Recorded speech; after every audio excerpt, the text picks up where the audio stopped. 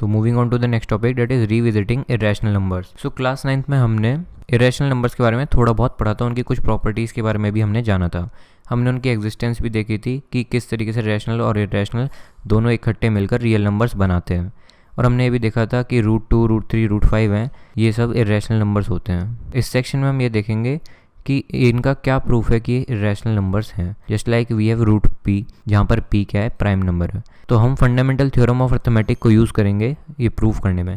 तो हम रिकॉल कर लेते हैं कि भाई अपने पास कोई नंबर है s, वो इरेशनल कब कहलाएगा? वो इरेशनल तब कहलाएगा अगर वो p/q की फॉर्म में नहीं लिखा जा सकता, जहाँ पर p और q इंटीजर्स हैं और q is not equal to 0। So कुछ एग्जांपल्स हैं यहाँ पे इरेशनल नंबर्स के, जैसे √2, √3, √15, पाई, -2/3 एटसेट्रा एटसेट्रा। तो यहाँ पर हम थ्योरम नंबर 1.3 पर अराइव करते हैं कि let p be a prime number if p divide a square then p divides a where a is a positive integer. So let's say कि मेरे पास कोई a नंबर है जिसका मैंने प्राइम फैक्टर्स में तोड़ दिया, p1 इंटू p2 इंटू करते करते pn तक, जहाँ पर ये p1, p2 और pn जितने भी नंबर्स हैं वो सब प्राइम्स हैं। तो देयरफॉर जो a स्क्वायर होगा वो क्या होगा, इनको ही अगर मैं दोबारा से मल्टीप्लाई कर दूँ तो a स्क्वायर की वैल्यू आ जाएगी मेरे पास। तो अब हमें गिवन है कि जो p है वो डिवाइड कर रहा है a स्क्वायर को।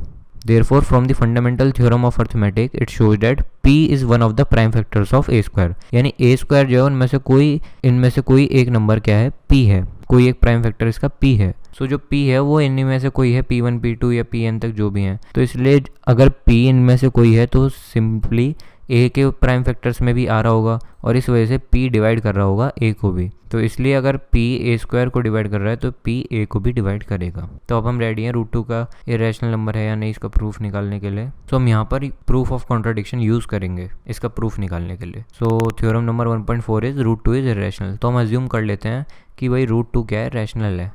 कॉन्ट्ररी हमने इसका अज्यूम कर लिया।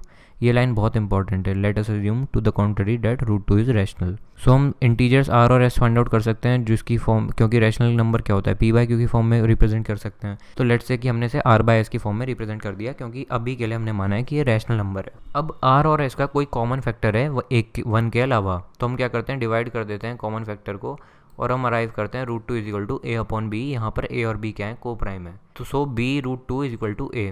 अगर मैं स्क्वायर करूँ बोथ साइड पर और रीअरेंज करूँ इन्हें तो ये हो जाएगा 2b² equal to a square, क्योंकि मैंने स्क्वायर कर दिया। तो hence 2 divide a square. But हमने क्या देखा था कि a क्या है, प्राइम नंबर है। तो इसलिए जो हमने सोचा था पहले कि √2 रैशनल है वो हो जाता है गलत। तो ये तो हमने बोल दिया। अब इसे मैथमेटिकली भी देख लेते हैं कि now bye theorem 1.3 it shows that 2 divides a। यहाँ पे जब 2 डिवाइड a स्क्वायर है तो 2 डिवाइड a भी हो गया। So we can write a is equal to 2c। Let say कोई नंबर है c जिसकी मल्टीप्लाई हम 2 से करेंगे तो हमारे पास a आ जाएगा। अब अगर मैं a को सब्सटीट्यूट करूँगा वहाँ पर पिछली इक्वेशन पर, इस जगह पर यहाँ पर, तो मेरे पास आएगा 2b² इक्वल टू 4c², यानी कि b² equal to 2c²। This means 2 divides b² and so 2 divides b, यानी कि 2 जो है b को भी डिवाइड कर रहा है और 2 जो है a को भी डिवाइड कर रहा है, यानी 2 क्या है, a और b का कॉमन फैक्टर है। लेकिन हमने ऊपर क्या देखा था कि दोनों के दोनों आपस में को प्राइम है और उनका कोई भी 1 के अलावा और कोई अदर फैक्टर नहीं है। इसलिए जो भी हमने माना था कि √2 रैशनल है वो हो जाता है गलत, वो इनकरेक्ट अजम्पशन, और √2 है वो हो जाता है अपना इरेशनल नंबर। सो यहाँ पर ये वाली लाइन भी बहुत इंपॉर्टेंट है, that this contradiction has arisen because of our incorrect assumption that √2 is rational. So similarly इसी तरीके से मैं बाकी नंबर्स को भी प्रूव कर सकता हूँ कि वो इरेशनल है या नहीं। यहाँ पर आप 5 - √3 को भी सिमिलरली इसी तरीके से प्रूव कर सकते हैं और 3 √2 को भी इसी तरीके से प्रूव कर सकते हैं। So moving to the next topic that is revisiting rational numbers and their decimal expansion. So class 9th में हमने पढ़ा था कि रैशनल नंबर्स के पास या तो टर्मिनेटिंग डेसिमल एक्सपेंशन होता है या फिर non terminating repeating decimal expansion होता है। सो हम एक रैशनल नंबर अज्यूम कर लेते हैं p/q और एक्सप्लोर करते हैं कि क्या टर्मिनेटिंग है ये या फिर नॉन टर्मिनेटिंग रिपीटिंग है या फिर रिकरिंग है। सो लेट्स से मैं कोई एग्जांपल्स ले लेता हूँ, 0.375 ये सब। फर्स्ट स्टेप में 0.375 को मैं इस तरीके से लिख सकता हूँ। सिमिलरली मैंने बाकी सबको भी तोड़ लिया इस तरीके से।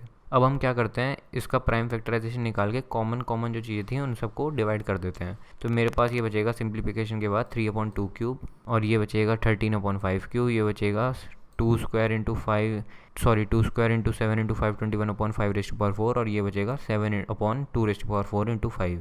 सो हमने क्या कर दिया है, हमने सिंपली p/q की फॉर्म में जो नंबर था उसको हमने p और q आर को प्राइम की फॉर्म में तोड़ दिया है। और जो प्राइम फैक्टराइजेशन है डिनोमिनेटर का, इसकी पावर्स केवल 2 में है या फिर पावर्स केवल 5 में है, या फिर दोनों में है। ऐसा क्यों हुआ? ऐसा इसलिए हुआ क्योंकि ये 10 को अगर हम ब्रेक करेंगे प्राइम फैक्टराइजेशन में तो इसका 2 और 5 ही प्राइम फैक्टर्स आते हैं और सिंपली उनकी पावर चढ़ गई, बस और कुछ नहीं हुआ है। सो हमने इजीली कैंसिल आउट कर दिया 2 और 5 की जो टर्म्स थी जो नीचे डिनोमिनेटर में और न्यूमरेटर में मैच कर रही थी। सो हम यहाँ पे अराइव करते हैं थ्योरम नंबर 1.5 के कि यदि let x be a rational number whose decimal expansion terminates, then x can be expressed in the form p upon q, where p and q are co-prime, and the prime factorization of q is in the form 2 raised to power n into 5 raised to power m।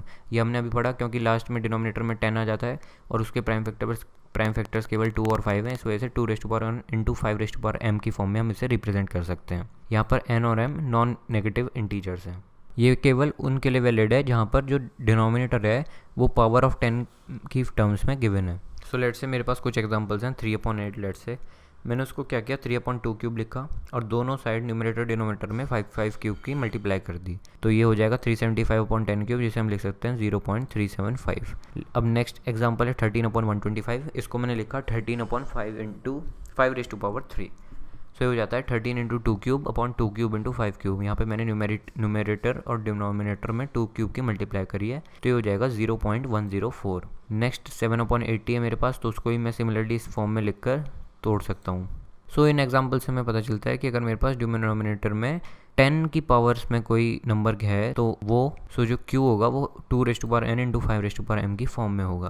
तो यहाँ पर हम theorem number 1.6 पर arrive करते हैं that let x is equal to p by q be a rational number such that prime factorization of q is of the form 2 raise to power n into 5 raise to power m where n and m are non-negative integers, then x has a decimal expansion which terminates। ये simply जो theorem number 1.5 है उसका converse है। तो अब हम ready हैं उन डेसिमल एक्सपेंशन में मूव करने के लिए जो कि नॉन टर्मिनेटिंग एंड रिकरिंग हो। तो लेट्स से मेरे पास 1/7 है जो कि हमने क्लास 9th में भी क्लास 9th की टेक्स्ट बुक में भी करी थी प्रॉब्लम सॉल्व। तो यहाँ पर जो रिमाइंडर आए थे वो आए थे 3, 2, 6, 4, 5, 1, 3 और सिमिलरली वो बाद में रिपीट होने लगे थे। अब यहाँ पर जो 7 है वो clearly 2 raise to power n into 5 raise to power m की फॉर्म में नहीं है, यानी कि this will not be having a terminating decimal expansion. तो इसलिए 0 कभी रिमाइंडर में आएगा ही नहीं और रिमाइंडर जो है इसलिए वो रिपीट करना स्टार्ट कर जाएगा किसी स्टेज के बाद, यानी कि 142857 के बाद वो रिपीट करना स्टार्ट कर जाएगा, जो कि हमने देखा है 1/7 के केस में पहले भी और आप अभी भी ट्राई कर देख सकते हैं। तो यहाँ पर थ्योरम नंबर 1.7 भी है that let x is equal to p upon q